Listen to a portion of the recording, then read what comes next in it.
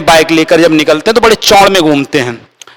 बोले चाचा हमारे विधायक हैं, चाचा विधायक हैं तो क्या करेंगे, कंधे पे हाथ रखा। उसने जैसे ही आपके कंधे पे हाथ रखा वैसे ही आपने पता लगा पैंट गीली कर दी। जय हिंद बच्चों, आज हम एक ऐसे अपने शरीर के ऐसे तंत्र के बारे में सीखेंगे जो किसी जादुई करिश्मे से कम नहीं है। और ध्यान दें, अगर बच्चे इस वीडियो को देख रहे हैं तो अकेले में ना देखें, डर सकते हो आप लोग। तो चलिए स्टार्ट करते हैं आज का। नहीं, मजाक नहीं कर रहा हूं मैं, बच्चे अकेले ना देखें, और खास तौर पर शाम के टाइम पे तो इसको देखें ही ना बच्चे। अकेले देखेंगे तो आप डर जाओगे, तो मेरी जिम्मेदारी नहीं होगी। चलिए स्टार्ट करते हैं। तो हम देखने वाले हैं शरीर का सुपर कंप्यूटर, यानी कि अपना ब्रेन, अपने दिमाग के बारे में सीखने वाले हम लोग। अब कहोगे सर हम डर काहे को जाएंगे, भाई इसमें इतने खतरनाक खतरनाक काम है इस ब्रेन के इतने खतरनाक काम है जो डरने वाली ही बात है। चलिए समझते हैं। तो बेटा हम पढ़ने वाले हैं पूरा शरीर का जो सिस्टम है वो कैसे वर्क करता है, ब्रेन किस तरह से कंट्रोल करता है, और ये भी जानने वाले हैं कि हमारे पास वास्तव में एक ही दिमाग है, ऐसा तो नहीं, घुटनों में तो कोई दूसरा दिमाग तो नहीं है। हाँ, ये भी जानेंगे कि एक दिमाग है या दो दिमाग हैं, ऐसा तो नहीं, दूसरा दिमाग भी हमारे शरीर में कहीं उपस्थित हो। चलिए वो भी कहानी आज समझेंगे। तो हम सबसे पहले समझते हैं कि जो तंत्रिका तंत्र है यानी नर्वस सिस्टम है वो क्या है, पूरे शरीर को एक साथ कंट्रोल करने वाला मास्टर नेटवर्क है। ये ऐसा नहीं है कि यहां रखा है ब्रेन और कुछ भी बस भाई एक दो नसें आई हों, है ना। तो ये पूरा जो सिस्टम है ना, ये जो है पूरा नेटवर्क है न्यूरॉन सेल का, न्यूरॉन कोशिका का, तंत्रिका कोशिका का पूरा एक नेटवर्क बना हुआ है हमारे शरीर में। अब बेटा समझना, जो हमारा दिमाग है ये हमारे पूरे शरीर को नियंत्रित करता है, और अगर हमारे पूरे शरीर को नियंत्रित करता है, अगर इसको नुकसान पहुंचा गलती से भी तो इसका मतलब पूरा शरीर खराब हो जाएगा, हमारा पूरा शरीर काम करना बंद कर देगा, मरेंगे ही बेटा, और कुछ नहीं हो सकता। अगर हमारा दिमाग गड़बड़ हो गया, खराब हो गया, फूट गया, क्षतिग्रस्त हो गया तो हम मर जाएंगे। तो इसकी रक्षा के लिए, हमारे दिमाग की रक्षा के लिए 8 हड्डियों का एक समूह है। सबसे पहले क्या है, 8 हड्डियों का एक समूह। सबसे पहले स्किन है बेटा, ये देखिए त्वचा है, त्वचा के ऊपर ये बाल निकले हुए हैं, बाल निकले हैं या नहीं निकले, बाल के नीचे 8 हड्डियों का एक समूह है। क्या है बेटा, 8 हड्डियों का एक समूह ये देखने को मिल रहा है आपको, जिसे हम बोलते हैं क्रेनियन। इस हड्डी को क्या कहते हैं, क्रेनियन कहते हैं। क्या कहते हैं बेटा, क्रेनियन। जो क्रेनियन नामक की हड्डी होती है, क्रेनियन हड्डी होती है, वो 8 हड्डियों का समूह है। और जो ये 8 हड्डियों का समूह होता है वो, उसमें क्या होते हैं, ज्वाइंट होते हैं। ऐसे 8 हड्डियां आपस में जुड़ी होंगी, इन ज्वाइंट्स को कहते हैं फाइब्रस ज्वाइंट। क्या कहते हैं बेटा, फाइब्रस ज्वाइंट, और इसको हिंदी में कहते हैं रेशेदार जोड़। अब कहोगे बस इतनी सुरक्षा है, नहीं। अब देखना, जब हम चल रहे हैं या जंप कर रहे हैं या कहीं भाग रहे हैं, तेजी से कहीं टकरा गए हम लोग, तो क्या होगा, ब्रेन जो है सीधा हड्डी में लगेगा, ऐसे आके हड्डी में लगेगा तो उसको क्षति पहुंचेगी, इंफेक्शन हो सकता है कि नहीं हो सकता। तो इससे बचने के लिए भी इस हड्डी के नीचे एक आइटम है जिससे हम बोलते हैं मेनिंजाइट झिल्ली। क्या बोलते हैं बेटा, मेनिंजाइट झिल्ली। ये है जो मेनिंजाइट झिल्ली है, वो क्या करती है, हड्डी और ब्रेन यानी ब्रेन को एक थैली के अंदर रखती है बांध करके। यानी कि जो ब्रेन है, हमारा दिमाग है, उसको थैली यानी उसमें पैक रखती है ऐसे, जिससे कि हड्डियों में जाकर के सीधा ना टकराए ब्रेन में हमारा, है ना। तो ये है एक और खास बात बेटा, यदि चोट क्रेनियन को पार करके मेनिंजाइट को नुकसान पहुंचाती है तो इन्फेक्शन होता है, जिससे हम एक बीमारी हो जाती है। जैसे इसको चोट पहुंचा के ये टूट गई या इसमें चोट लगी, और इससे चोट इसमें आ गई, यानी कि ये मेनिंजाइट जो है ये भी क्षतिग्रस्त हो गई, इसमें भी चोट लग गई, तो इस रोग को हम कहेंगे क्या बेटा, मेनिंजाइटिस। मेनिंजाइटिस क्या कहेंगे, मेनिंजाइटिस रोग कहते हैं। आगे समझना बेटा, देखिए इस पूरे सिस्टम का जो बुनियादी इकाई है उसे हम कहते हैं न्यूरॉन, क्योंकि ये जो हमारा ब्रेन है वो न्यूरॉन कोशिका का बना होता है। किसका बना होता है, न्यूरॉन कोशिका, या फिर हम बोल सकते हैं तंत्रिका कोशिका। क्या बोलेंगे बेटा, तंत्रिका कोशिका। सबसे बड़ी कोशिका होती है, सबसे खास बात क्या, हमारे शरीर की सबसे बड़ी कोशिका मस्तिष्क न्यूरॉन कोशिका से बना है, जो शरीर की सबसे बड़ी कोशिका है। क्या है, सबसे बड़ी कोशिका है। नो सेल डिवीजन, इसमें सेंट्रोसोम नहीं पाया जाता बेटा। किसमें, न्यूरॉन कोशिका में सेंट्रोसोम नहीं पाया जाता। इस वजह से क्या होता है बेटा, समझना ध्यान से, सेंट्रोसोम नहीं पाया जाता। अगर सेंट्रोसोम अगर किसी चीज में नहीं पाया जाता है, किसी कोशिका में नहीं पाया जाता, तो नई कोशिका नहीं बना पाता है, नई कोशिका नहीं बना पाता। यानी कि यह है कि अगर दिमाग में चोट लग गई तो वो खुद की मरम्मत नहीं कर सकता है, क्योंकि नई कोशिकाएं बनेगी नहीं, और नई कोशिकाएं बनेगी नहीं तो वो खुद की मरम्मत कर नहीं पाएगा। यही बात लिखिए, न्यूरॉन में सेंट्रोसोम नहीं पाया जाता, इस वजह से नई कोशिकाओं का निर्माण नहीं होता है, यानी कि पुनर्निर्माण असंभव है। सेंट्रोसोम ना होने के कारण इनमें कोशिका विभाजन नहीं होता। यदि चोट लगी तो यह खुद को ठीक नहीं कर सकता। और हम बड़े चौड़ में घूमते हैं, बाइक लेकर जब निकलते हैं तो बड़े चौड़ में घूमते हैं। बोले चाचा हमारे विधायक हैं, चाचा विधायक हैं तो क्या करेंगे, ब्रेन को बचा लेंगे, अगर एक्सीडेंट होगा तो क्या कर लोगे, कुछ नहीं कर सकते, सीधा मेनिंजाइट को फाड़ता हुआ ब्रेन को क्षतिग्रस्त करेगा जाके। है ब्रेन में सेंट्रोसोम? नहीं है। और ब्रेन में जब सेंट्रोसोम नहीं है तो कोशिका विभाजन होगा? नहीं होगा, मर जाओगे, खत्म हो जाएगी कहानी, कुछ नहीं हो सकता है। ठीक है, तो निष्कर्ष इसीलिए पुलिस कहती है बाइक चलाते समय हेलमेट जरूर पहने, और कोई बात नहीं होती है। ठीक है, आपकी सुरक्षा के लिए ये नियम बनाया गया है, तो इसका पालन करना भी जरूरी है। आगे समझते हैं बेटा। लेकिन एक कहानी है बेटा। अब ये कहोगे सर, जब कोशिका में, न्यूरॉन कोशिका में सेंट्रोसोम होता नहीं है तो ब्रेन कैंसर कैसे होता है, ट्यूमर कैसे बन जाता है? भाई कैंसर कहते किसे हैं? कोशिका विभाजन लिमिट से ज्यादा हो जाए, यानी कि ज्यादा कोशिकाएं बन जाएं, जितनी होनी चाहिए उससे अगर ज्यादा बन जाएं, अनियंत्रित हो जाए कोशिका बनना, यानी कि बनती ही चली जाए, तो ज्यादा जो कोशिकाएं बन जाती है उसी को कहते हैं कैंसर। लेकिन ऐसा न्यूरॉन कोशिका में तो होता ही नहीं है। तो सर ये ब्रेन में, यानी कि ब्रेन ट्यूमर कैसे बन जाता है, दिमाग का कैंसर कैसे बनता है, उसको समझो बेटा। तो न्यूरॉन सेल जो होता है बेटा 90% भाग होता है, यानी कि ये मान लो दिमाग है हमारा, तो इसका इतना हिस्सा जो है वो न्यूरॉन सेल से बना, और ये थोड़ा सा यानी कि 10% हिस्सा गिलियल सेल का बना होता है। काय का बना होता है? गिलियल सेल का बना होता है, और इसमें पाया जाता है बेटा सेंट्रोसोम। क्या पाया जाता है? सेंट्रोसोम पाया जाता है। और सेंट्रोसोम का काम होता है कोशिका विभाजन करना। क्या होता है काम? सेंट्रोसोम का काम होता है कोशिका विभाजन करना, और इसी वजह से क्या होता है, ब्रेन ट्यूमर बनता है। ये क्या करता है? अतिरिक्त कोशिका विभाजन कर देता है, और क्या बन जाता है? कैंसर बन जाता है, ट्यूमर बन जाता है। 90% न्यूरॉन सेल सुरक्षित, यानी इसमें सेंट्रोसोम नहीं होता है, कोशिका विभाजन शून्य, इसलिए इसमें कैंसर नहीं हो सकता। मस्तिष्क का यह हिस्सा, यानी कि गिलियल सेल खतरे का क्षेत्र क्यों है? मस्तिष्क का यह हिस्सा न्यूरॉन गिलियल सेल का बना होता है, इसमें सेंट्रोसोम होता है, और सेंट्रोसोम होगा, यानी परिणाम क्या प्राप्त होगा? जब सेंट्रोसोम होगा तो कोशिका विभाजन होगा। बाई चांस अगर कोशिका विभाजन लिमिट से ज्यादा हो गया तो ट्यूमर बन जाएगा। ठीक है, ट्यूमर बन जाएगा, और जिसे हम क्या कह देंगे बेटा? कैंसर कह देंगे। आगे बढ़ते हैं। देखो बेटा, समझना, न्यूरॉन सेल जो होते हैं वो सबसे बड़ी सेल होती है, लेकिन दो न्यूरॉन सेल आपस में जुड़े नहीं होते हैं, वो दूर दूर होते हैं। और न्यूरॉन सेल के जो सिरे होते हैं, जैसे ये सिरा है, इसको कहते हैं एक्सॉन। क्या नाम देंगे? एक्सॉन नाम देते हैं, एक्सॉन। यानी कि न्यूरॉन कोशिका के सिरे को क्या कहेंगे? एक्सॉन कहेंगे।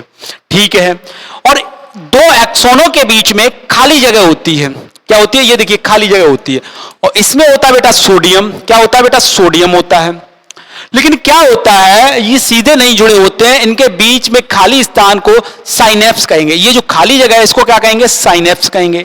साइनेप्स क्या कहते हैं बेटा? साइनेप्स कहते हैं। अब ध्यान से समझना, तो फिर सूचना यहां, इसमें कोई जानकारी हमने भेजी तो इसमें जानकारी थी, तो इसकी जानकारी इस तक कैसे पहुंचती है? तो इसके लिए होता है बेटा सोडियम। सोडियम क्या करता है? इस न्यूरॉन से सारी इंफॉर्मेशन उठा करके यहां भेजता है। कभी कभी क्या होता है, अधिक पसीना की वजह से सोडियम हमारे बॉडी में कम हो जाता है, तो हमें क्या आने लगते हैं? चक्कर आने लगते हैं। बाई चांस ऐसा भी होता है कि हम बेहोश होकर गिर भी जाते हैं, क्योंकि सूचनाओं का आदान प्रदान हो नहीं पाता, ब्रेन तक सारी जानकारी पहुंचती नहीं है, और जब ब्रेन तक सारी जानकारी पहुंचेगी नहीं तो सिस्टम क्या हो जाएगा? हैंग हो जाएगा, और हैंग होने की वजह से हम बेहोश हो जाएंगे। जब चक्कर आते हैं, ऐसी कभी कंडीशन बनती है, तो हम क्या बनाते हैं? नींबू पानी पीते हैं, है ना, उसमें नमक डालते हैं, चीनी डालते हैं, नींबू डालते हैं, जिससे कि हम उसको बचा सकें अपने आप को, है ना, उससे चक्कर आना बंद हो जाता है। ठीक है, देखिए बेटा, हमारा जो ब्रेन है, हमारा जो मस्तिष्क है, वो 3 पार्ट में डिवाइड होता है। पहला ये ऊपर वाला जो पार्ट दिख रहा है आपको, इसको बोलते हैं अग्र मस्तिष्क। क्या बोलते हैं? अग्र मस्तिष्क। और ये वाला जो पार्ट है इसको बोलते हैं मध्य मस्तिष्क, और ये लास्ट में जो दिया गया है इसको बोलते हैं बेटा पश्च मस्तिष्क। अग्र मस्तिष्क सबसे बड़ा और मुख्य भाग है, लगभग 66%। 66% भाग कवर किए हुए अकेले।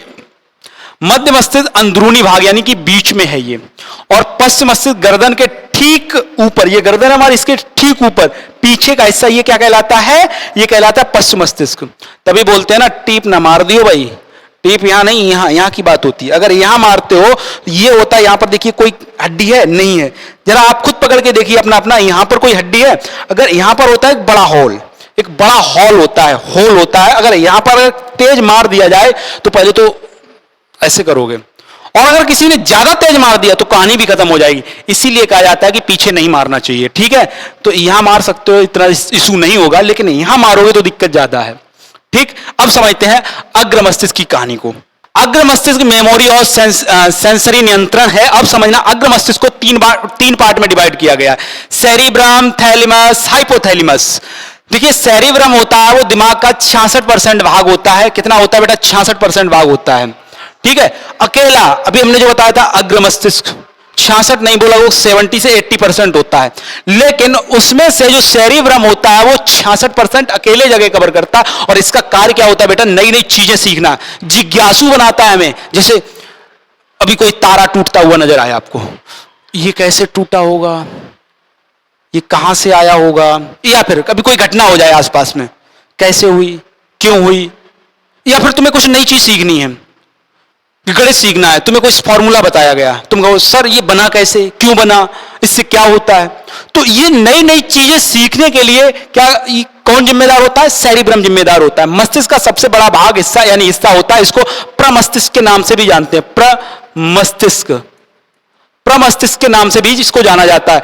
यानी इसको हम कहते हैं मेमोरी पावर, इसी के अंदर होती है, किसमें? सेरिब्रम में। मेमोरी पावर, याददाश्त क्षमता, और नई नई चीजें सीखने के लिए ये नई नई चीजें सीखने के लिए ये क्या करता है? जिज्ञासु बनाता है हम लोगों को। इसके बाद बात करते हैं थैलेमस।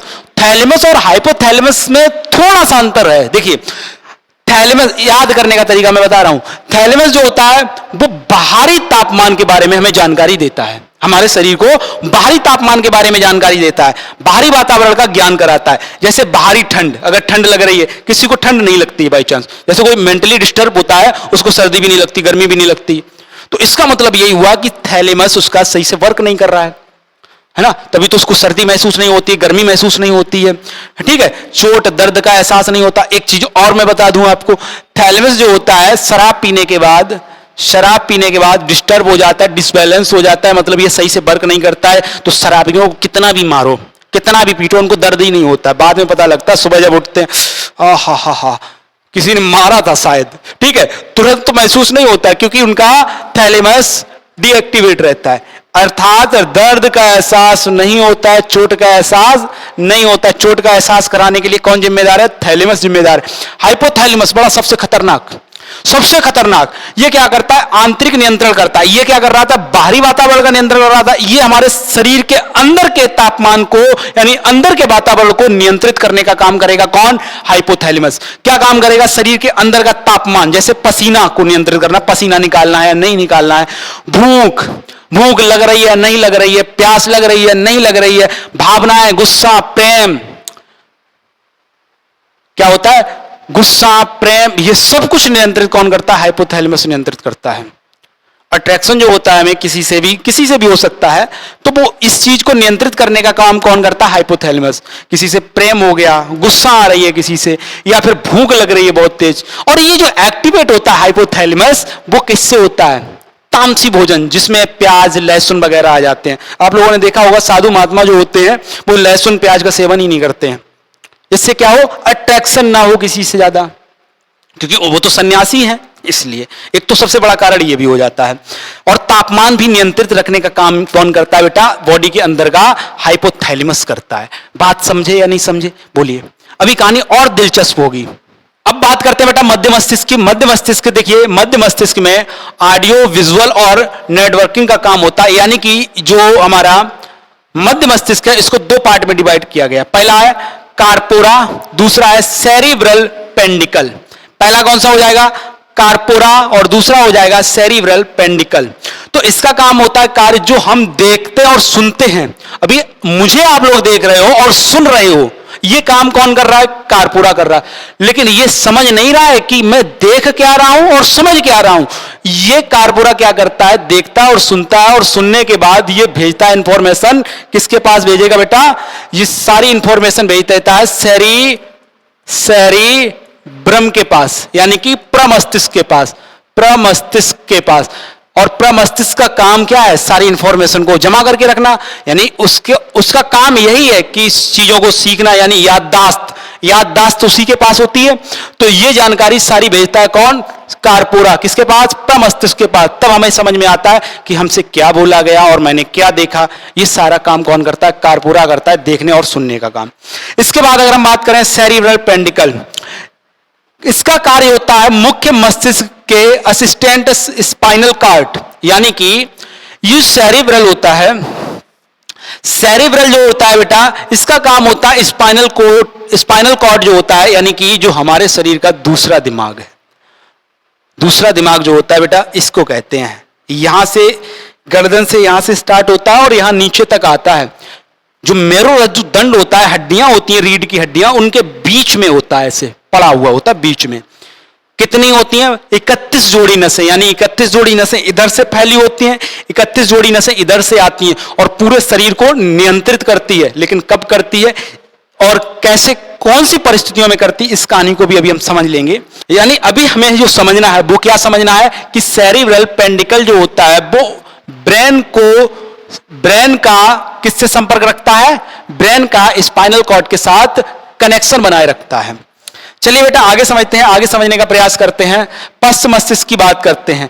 तो हमारा जो पश्च मस्तिष्क है बेटा, पश्च मस्तिष्क के बेटा दो पार्ट हैं, सेरिबेलम और मेडुला ऑब्लांगेटा। सबसे पहला कौन सा? सेरिबेलम और मेडुला ऑब्लांगेटा। ठीक है, तो ये दो हैं। तो सेरिबेलम का काम जो होता है हमारे शरीर का बैलेंस बनाना। हम कैसे चल रहे हैं, जैसे हम अभी चल रहे हैं, नॉर्मल चल रहे हैं, हमारे शरीर का बैलेंस बन रहा है। अभी जो नया बच्चा होगा जो अभी चलना सीख रहा है, वो कैसे चलेगा? धीरे धीरे चलेगा और बैलेंस बना के चलेगा। तो जो सेरिबेलम होता है वो हमारे शरीर का बैलेंस बनाने का काम करता है। अभी सेरिबेलम को चलने की आदत है, मतलब हम अभी खड़े हैं या चलना चाहें, दौड़ना चाहें, भागना चाहें, बाइक चला सकते हैं या फिर साइकिल चलाना चाहें, तो इसको हमने हैबिट में ले लिया। तो सेरिबेलम, हमारा जो सेरिबेलम है, इस चीज का बैलेंस बना सकता है। अब हम सेरिबेलम से बोले चल भाई आज रस्सी पे चलते हैं, ऊपर किस पे चलते हैं? रस्सी पे चलते हैं। तो सेरिबेलम क्या करेगा? बाद पटक देगा, क्योंकि इसकी हैबिट में नहीं है अभी। ठीक है, तो सेरिबेलम का मुख्य रूप से काम होता है, जब बार बार हम प्रैक्टिस करते हैं तो सेरिबेलम उस चीज को समझ जाता है, और एक बार समझ गया तो हमेशा के लिए ये बैलेंस बना के रखता है। ठीक है, एक बार समझ गया कि कैसे बैलेंस बनाना है, एक बार समझ जाए बस। जैसे छोटा बच्चा होता है, उसको भी समझाना पड़ता है अपने सेरिबेलम को कि किस तरह से बैलेंस बनाना है। भाई वो चलता है, गिरता है, फिर उठता है, फिर चलता है। ठीक है, तो मेडुला ऑब्लांगेटा जो होता है, यह ऑटोमेटिक जो भी कार्य होते हैं हमारे शरीर में वो सभी करता है। ऑटोमेटिक जितने भी कार्य होते हैं वो सभी काम करता है। जैसे ऑटोमेटिक मेटाबॉलिक क्रियाओं, जैसे श्वसन हो गया, पाचन हो गया, धड़कन हो गया। क्या हमें कभी दिमाग लगाना पड़ता है ऐसे करके? पाचन हो जा, हो जा, हो जा, हो जा, हो जा, हो जा, पाचन हो जा? नहीं करना पड़ता है। क्या हमें श्वसन पर दिमाग लगाना पड़ता है? आजा, सांस आ, जा जा जा जा, ऐसा नहीं करना पड़ता है। क्या कभी हमें दिल को धड़काना पड़ता है दिमाग लगा के? दिल धड़क धड़क, नहीं धड़काना पड़ता है ना, दिल धड़काना ही नहीं पड़ता है। यानी ये सारे काम मेडुला ऑब्लांगेटा करता है। ठीक है, हमें अपना दिमाग अलग से नहीं लगाना पड़ता है, क्योंकि दिमाग का ये वाला पार्ट सारे काम करता रहता है। इसी काम के लिए ये बना है। ठीक है, का नियंत्रण। देखिए इसमें दो शब्दों का प्रयोग हुआ है, कैटाबॉलिक और एनाबॉलिक। कैटाबॉलिक और एनाबॉलिक को मिलाकर के बनता है क्या बेटा? मेटाबॉलिक। कैटाबॉलिक और एनाबॉलिक को मिलाकर के बनता है क्या? मेटाबॉलिक। यानी कि कैटाबॉलिक जो होता है टूटना, वैसे हम समझे तो क्या होता है? टूटना, जैसे भोजन का पचना, ये क्या हो गया? कैटाबॉलिक हो गया। और एनाबॉलिक यानी कि बनना, जैसे ग्लूकोज या प्रोटीन का बनना हमारे शरीर में बनता है। यानी इन दोनों क्रियाओं का नियंत्रण मेडुला करता है। कौन करता है बेटा? मेडुला करता है। अब जितना अभी तक हमने पढ़ा उसका एक चार्ट मैं आप लोगों को दे रहा हूं, अगर चाहो तो स्क्रीनशॉट ले लेना। आप लोग चाहो अगर इसका तो आप स्क्रीनशॉट ले सकते हो। मैं साइड पे हो गया हूं, तो एक बार मैं फिर से रिवाइज करा दे रहा हूं फटाफट। देखिए मस्तिष्क का भाग, मस्तिष्क का भाग की बात करें तो अग्र मस्तिष्क जो होता है, अग्र मस्तिष्क जो होता है उसके 3 पार्ट होते हैं, सेरिब्रम, थैलेमस, हाइपोथैलेमस। सेरिब्रम का कार्य होता है याददाश्त और जिज्ञासा, याददाश्त को बनाए रखना, यानी याददाश्त, नई नई चीजें सीखने के लिए कौन जिम्मेदार होता है? सेरिब्रम होता है। थैलेमस यानी बाहरी तापमान, दर्द का एहसास कराना, बाहरी तापमान के बारे में जानकारी देना, यह काम होता है थैलेमस का। हाइपोथैलेमस आंतरिक टेम्परेचर यानी अंदर का जो तापमान है उसको नियंत्रित करने का काम करता है। सुख दुख, भूख प्यास और प्रेम घृणा इत्यादि को भी नियंत्रित करने का काम कौन करता है? हाइपोथैलेमस करता है। मध्य मस्तिष्क 2 पार्ट होते हैं, कार्पोरा और सेरिब्रल। क्या होता है? कार्पोरा और सेरिब्रल। कार्पोरा का काम होता है देखना और सुनना, और सेरिब्रल का काम होता है ब्रेन को स्पाइनल कॉर्ड से जोड़ना। इसके बाद पश्च मस्तिष्क हमने बताया था, इसके 2 पार्ट होते हैं, सेरिबेलम और मेडुला। सेरिबेलम का काम होता है शरीर का संतुलन बनाना यानी कि बैलेंस बनाने का काम करना, और मेडुला का काम होता है अनैच्छिक क्रियाएं जैसे पाचन, श्वसन, ये सारी क्रियाओं को नियंत्रित करता है। चलिए अब आगे समझते हैं, दूसरे दिमाग की तरफ चलते हैं। क्या दूसरा दिमाग भी होता है हमारे शरीर में? चलिए तो इस चीज को समझने का प्रयास करते हैं। देखिए दूसरा मस्तिष्क किसे कहते हैं बेटा? दूसरा मस्तिष्क, दूसरा मस्तिष्क कहते हैं, ये देखिए ये हमारा रीढ़ की हड्डी है, ये क्या है बेटा? रीढ़ की हड्डी, और इसमें ये पड़ा हुआ है दूसरा दिमाग जिसे हम बोलते हैं स्पाइनल कॉर्ड, और इसमें 31 जोड़ी नसें होती हैं। कितनी होती है बेटा? 31 जोड़ी नसें होती हैं, ठीक है। अब देखिए सुरक्षा, यह रीढ़ की हड्डी के बीचों बीच सुरक्षित रहता है, जैसे हमारा दिमाग सुरक्षित है, ठीक है, वैसे ही ये स्पाइनल कॉर्ड भी रीढ़ की हड्डी के बीचों बीच में क्या रहता है? इस तरह से सुरक्षित रहता है। नेटवर्क क्षमता की बात करें तो भैया इसमें कितनी होती हैं? 62 नसें होती हैं, जबकि हमारे दिमाग में सिर्फ 12 जोड़ी यानी कि 24 नसें होती हैं। हमारे दिमाग में सिर्फ 12 जोड़ी होती हैं, लेकिन स्पाइनल कॉर्ड के पास 62 नसें होती हैं, ठीक है। भूमिका की बात करें, जब मुख्य मस्तिष्क, जब हमारा ये मुख्य मस्तिष्क है, जब किसी काम में बहुत ज्यादा बिजी है, पूरी तरह से बिजी है, तो उस समय जिम्मेदारी मिलती है स्पाइनल कॉर्ड को। तो ब्रेन पहले पूछता है भाई ऐसा करो, मैं थोड़ा बिजी होने जा रहा हूं, स्पाइनल कॉर्ड आप ऐसा करना कि पूरा जो नियंत्रण है आपको संभालना पड़ेगा। अब भाई इसको तो जानकारी है कैसे कब संभालना है, क्योंकि ये कंटिन्यू काम करता है। इसको कभी कभी इमरजेंसी में काम मिलता है, और जिसको कभी कभी काम मिलता होगा और जिसने कभी काम ना किया हो, बहुत कम किया हो, तो वो अक्सर क्या होता है? गलतियां करता है, उसको इतनी जानकारी नहीं होती है।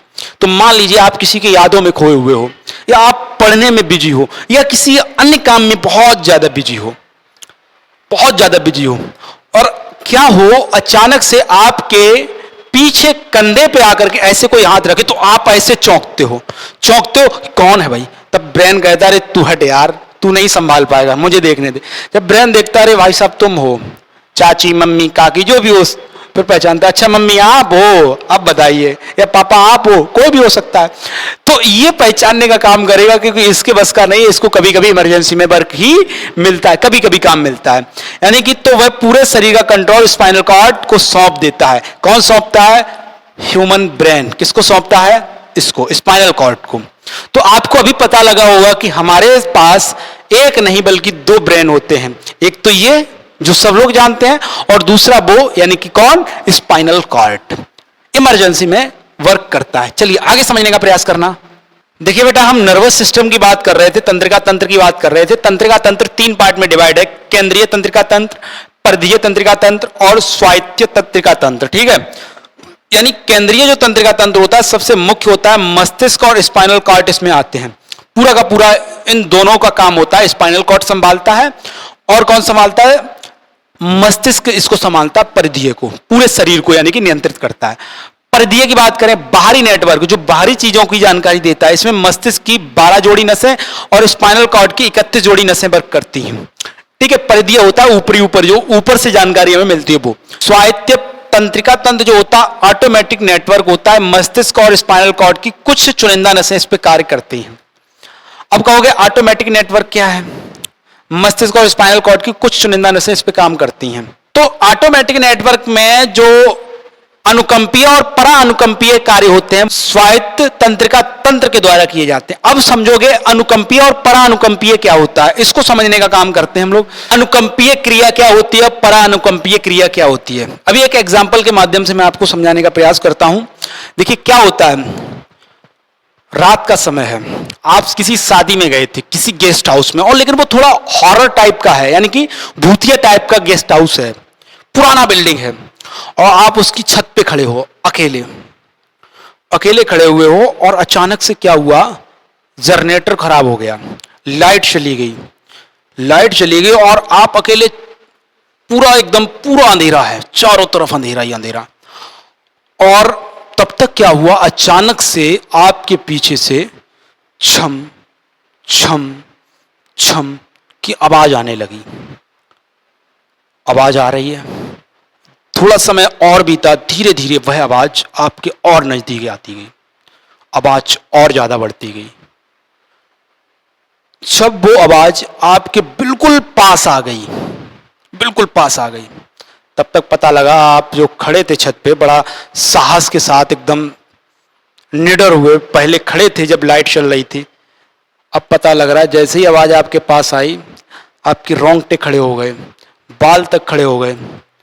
जैसे ही उस छम छम की आवाज वाले जो भी था, उसने आपके कंधे पे हाथ रखा, उसने जैसे ही आपके कंधे पे हाथ रखा, वैसे ही आपने पता लगा पैंट गीली कर दी, पैंट गीली हो गई।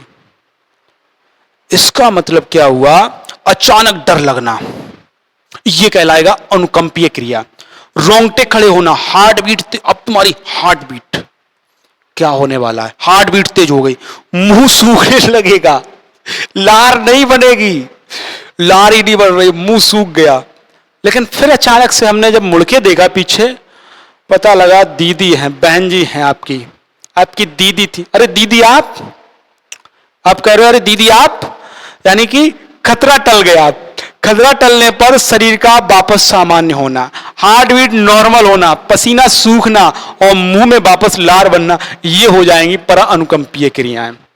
और अनुकंपीय क्रिया में डर स्टार्ट हुआ और para अनुकंपीय क्रिया में डर समाप्त हुआ, यानी कि सामान्य स्थिति। और यहां पर कैसी होगी, आपातकाल स्थिति। ठीक है, आज का क्लास आप लोगों को कैसा लगा कमेंट में जरूर बताइए। ठीक है, मिलते हैं ऐसे ही किसी इंटरेस्टिंग टॉपिक के साथ, तब तक के लिए नमस्कार, जय हिंद।